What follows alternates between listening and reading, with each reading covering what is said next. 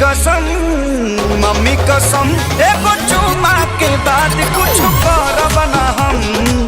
Mummy कसम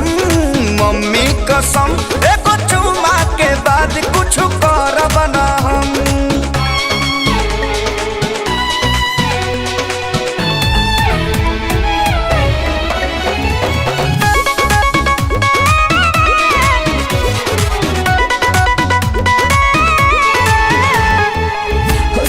देख हरी हरी तुपारी गैल बाड़ा बेमार। देखे लाया इसे के लागे ला जैसे खैले नहीं खाया ना। ऐसन मौका कहाँ बारी बारी यार मिलेला तनी हमके लगावे त गोता। देखी कली का चनार मन भवरा हमार छछने बारा दास नहीं होता।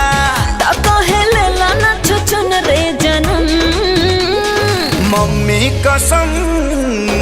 कसम एगो चुमा के बाद कुछ करब ना हम। मम्मी कसम एगो चुमा के बाद कुछ करब ना हम।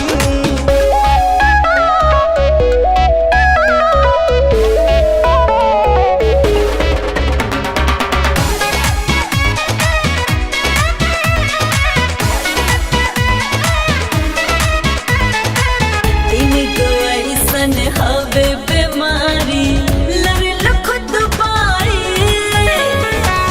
जियत जी कबो ना ओराई वाले पर जाई।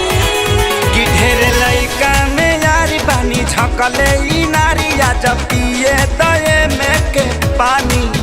कैसन होला सवाद मिली चिखले के बाद जनी माना करले दिल जानी। घोर के पी गहिला लाज शरम। मम्मी कसम एगो चुमा के बाद कुछ करब ना हम। मम्मी कसम